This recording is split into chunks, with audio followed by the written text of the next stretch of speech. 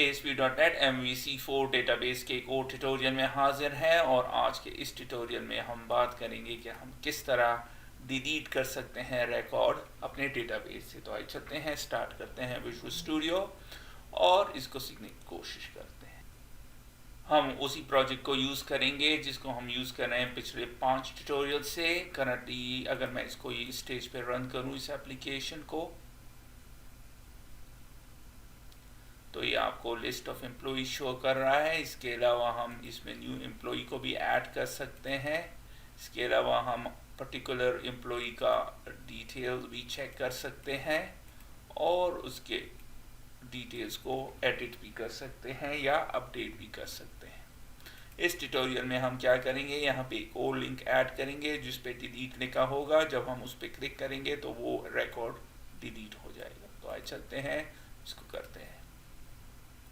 सबसे पहले मैं ऐड करूंगा इंडेक्स व्यू में एक और लिंक और यहाँ पे एक और कॉलम ऐड करते हैं और html.action लिंक, मैं इसको नाम देता हूँ डिलीट, एक्शन का नाम देता हूँ डिलीट और कंट्रोलर होगा होम।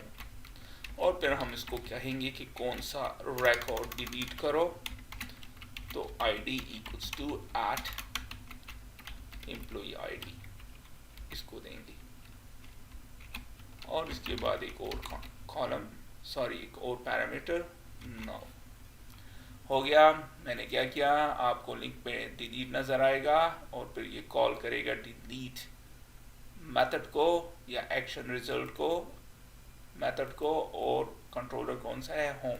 करंटली हमने इसको डिफाइन नहीं किया, इसको डिफाइन करेंगे और ये इसको सप्लाई करेगा आईडी। तो आइए चलते हैं, कंट्रोलर में इस मेथड को डिफाइन करते हैं, पब्लिक एक्शन रिजल्ट और फिर क्या होगा डिलीट। इन दोनों को मैच करना चाहिए वरना काम नहीं करेगा। और हम इसको क्या सप्लाई करें, जब हम क्लिक करेंगे तो हमारे पास आईडी है जो हम देंगे एज अ पैरामीटर इसको। हमने क्या करना है, हम कॉल करेंगे एम्प्लॉय व्यू मॉडल, इसका एक ऑब्जेक्ट मैंने क्रिएट किया और फिर उसमें एक मेथड कॉल करेंगे डिलीट एम्प्लॉय और उसको कौन सा एम्प्लॉय आईडी दे देंगे। और जब होगा तो रिटर्न रीडायरेक्ट हो जाएंगे, redirect to action index.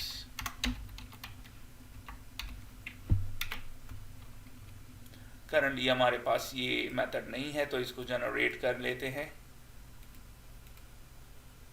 Generate हो गया और आपके सामने है एम्प्लॉय व्यू में, व्यू मॉडल में, और मैं इसको पब्लिक कर देता हूं और फिर हम कोड लिखते हैं। सबसे पहले connection string configuration manager dot connection strings dbx dot connection string, फिर कनेक्शन SQL कनेक्शन ऑब्जेक्ट बनाते हैं, न्यू SQL कनेक्शन और उसको कनेक्शन स्ट्रिंग दे देते हैं। हो गया। अब कमांड देते हैं, कमांड का ऑब्जेक्ट बनाते हैं, तो SQL कमांड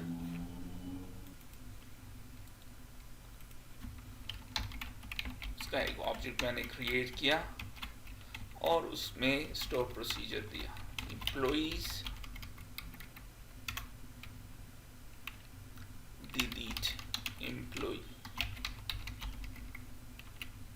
हो गया और उसको कनेक्शन ऑब्जेक्ट दे देते हैं, दे दिया।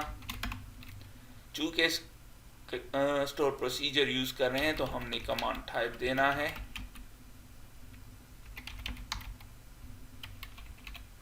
कि स्टोर प्रोसीजर है। ये लाइन आपने हर हाल में देनी है वरना काम नहीं करेगा। इसके बाद आपने कनेक्शन को ओपन करना है, फिर इसको पैरामीटर देना है, तो ऐड विद वैल्यू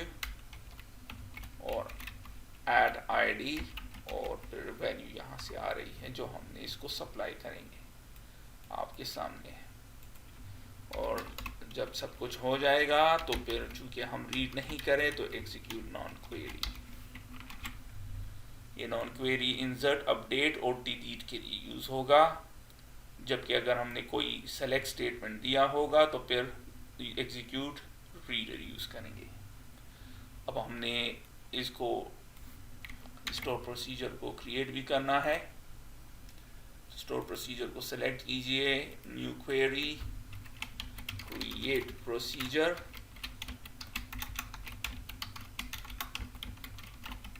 फिर स्टोर प्रोसीजर का नाम, एक पैरामीटर हमने सप्लाई करना है id int।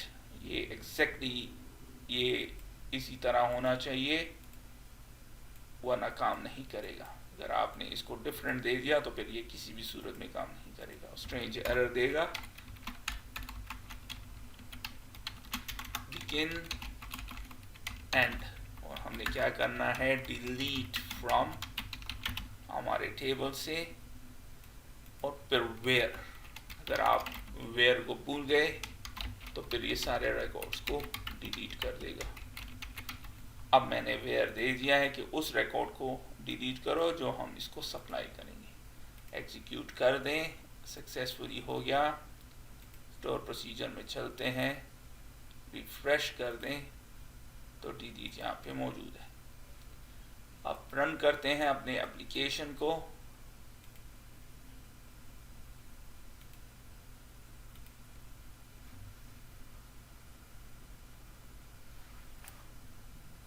अब आप देख रहे हैं यहाँ पे डिलीट मौजूद है। लेट्स से मैं नंबर 4 वाले को डिलीट करता हूँ और आप देख रहे हैं नंबर 4 यहाँ से डिलीट हो गया।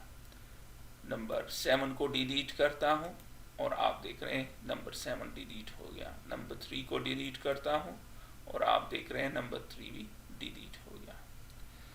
तो इस ट्यूटोरियल में आपने देखा कि हम किस तरह डिलीट की फंक्शनैलिटी ऐड कर सकते हैं। सबसे पहले मैंने एक एक्शन रिजल्ट मेथड को क्रिएट किया, एक एक्शन लिंक को ऐड किया अपने इंडेक्स में, उसी तरह जिस तरह हमने किया था डिटेल और एडिट के लिए।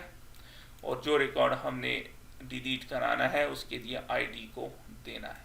तो आईडी अब जब आप इस पे लिंक करेंगे तो ये आएगा हमारे होम कंट्रोलर में और यहाँ पे ये आईडी इसको सप्लाई कर देगा। तो फिर मैंने एक नया मेथड एम्प्लॉई व्यू मॉडल में क्रिएट किया और उसे वो आईडी सप्लाई किया, और जब फिर ये कॉल करेगा स्टोर प्रोसीजर को और उसको आईडी सप्लाई करेगा। तो जब डेटा डिलीट हो जाएगा तो रीडायरेक्ट हो जाएगा इस इंडेक्स व्यू में, जैसे कि आप देख रहे हैं। तो जब मैं क्लिक करता हूँ डिलीट पे तो वो रिकॉर्ड डिलीट हो जाता है। तो इसके साथ ही मैं इस ट्यूटोरियल को ख़त्म करता हूँ। फिर मिलते हैं किसी और ट्यूटोरियल में, तब तक के लिए खुदा।